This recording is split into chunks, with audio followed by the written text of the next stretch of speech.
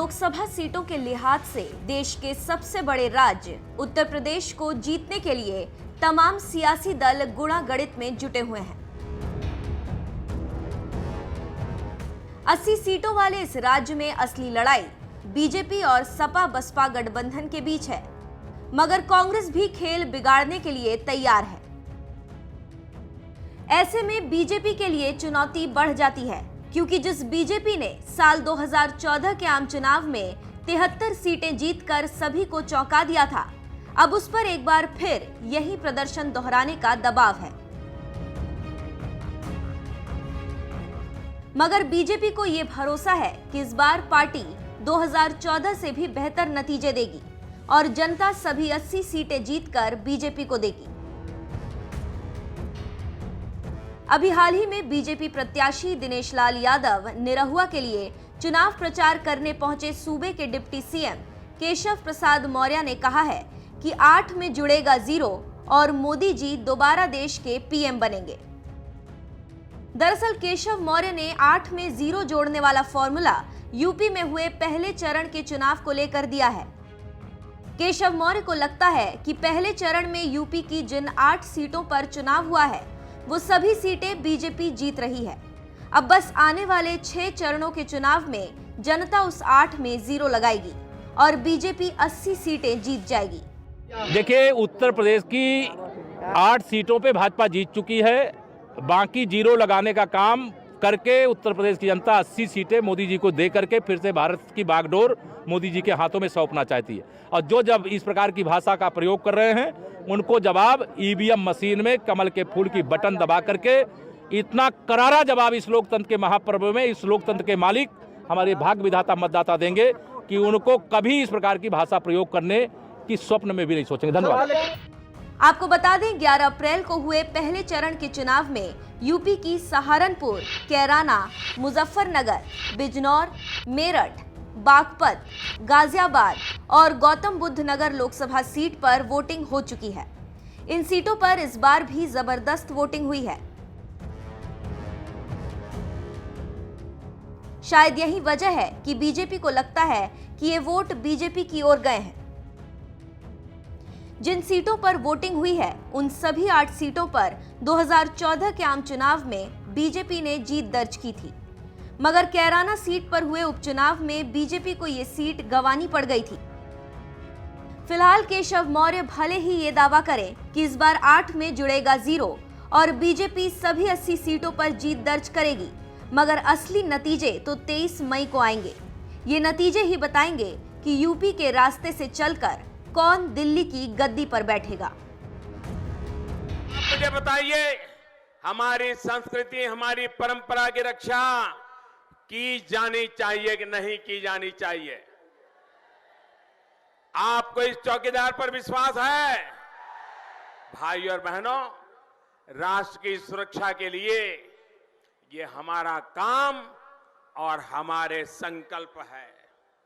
इसी तरह कांग्रेस और उसके साथियों की देश विरोधी सोच है।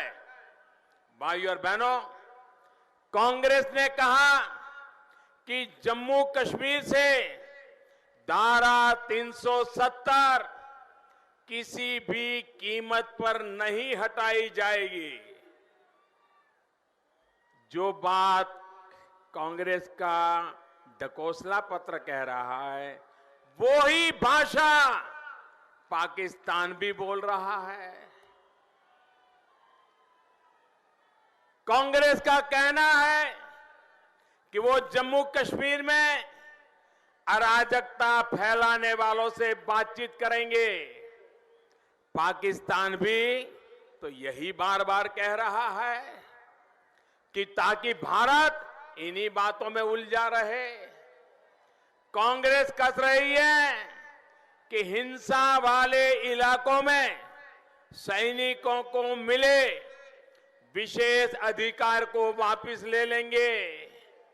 पाकिस्तान भी तो यही चाहता है ताकि आतंक के सरपरस्तों को खुली छूट मिल जाए।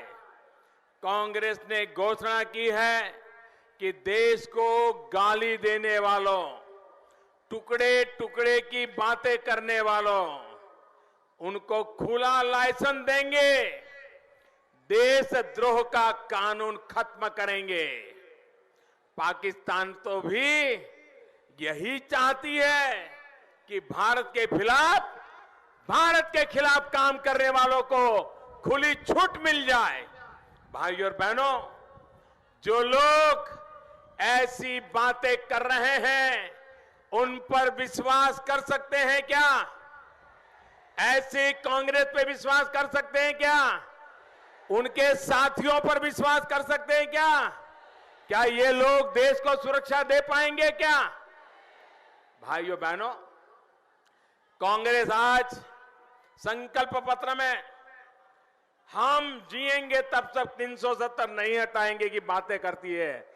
अरे कांग्रेस में अकल होती और 1947 में ऐसी हिम्मत के साथ खड़ी होती कि हम देश का बंटवारा नहीं होने देंगे, तो ये पाकिस्तान पैदा ही नहीं होता। ये पाकिस्तान कह रहा है, वही भाषा कांग्रेस के चुनाव मैनिफेस्टो में दिखाई दे रही है। भाइयों बहनों, ये बड़े जोरों से कह रहे हैं कि देश में से हम देशद्रोह का कानून हटाएंगे।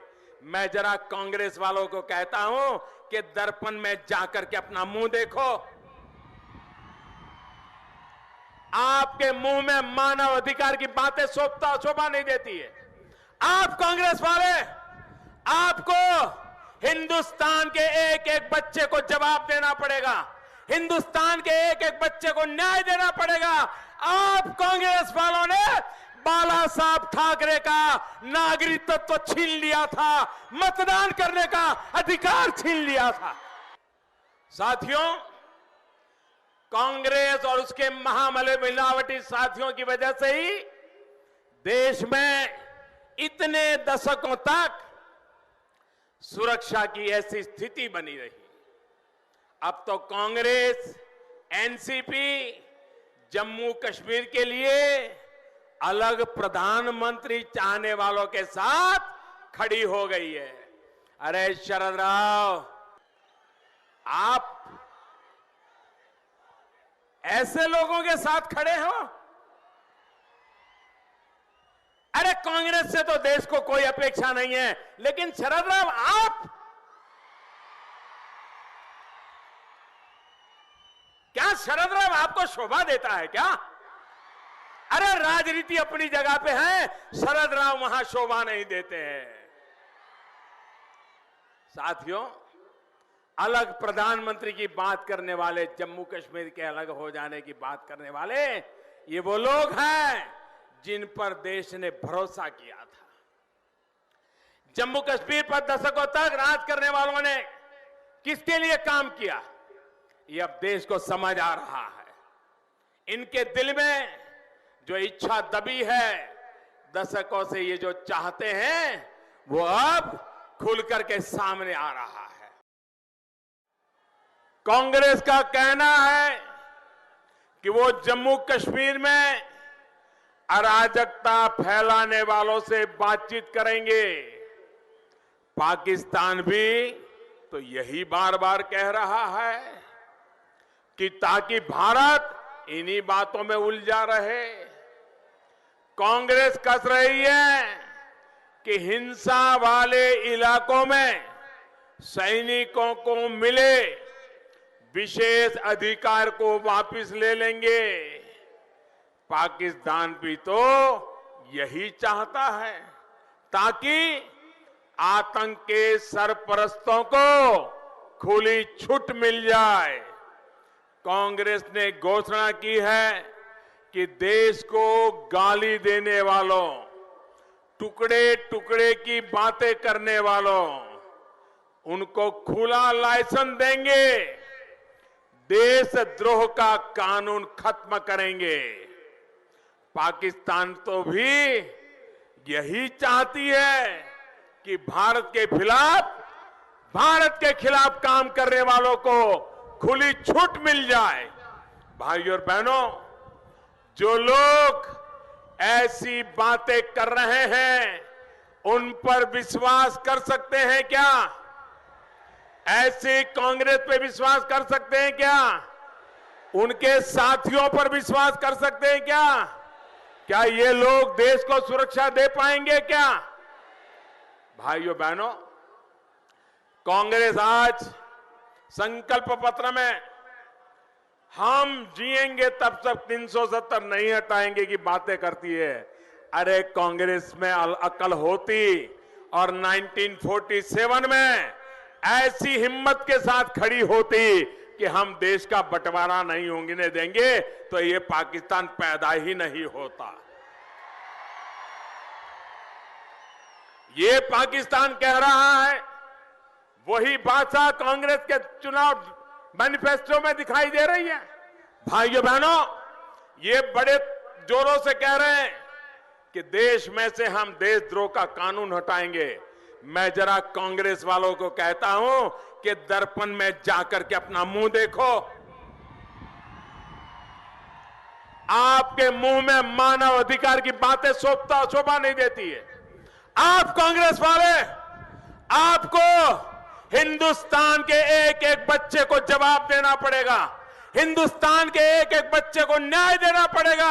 आप कांग्रेस वालों ने बाला साहब ठाकरे का नागरिकत्व छीन लिया था, मतदान करने का अधिकार छीन लिया था।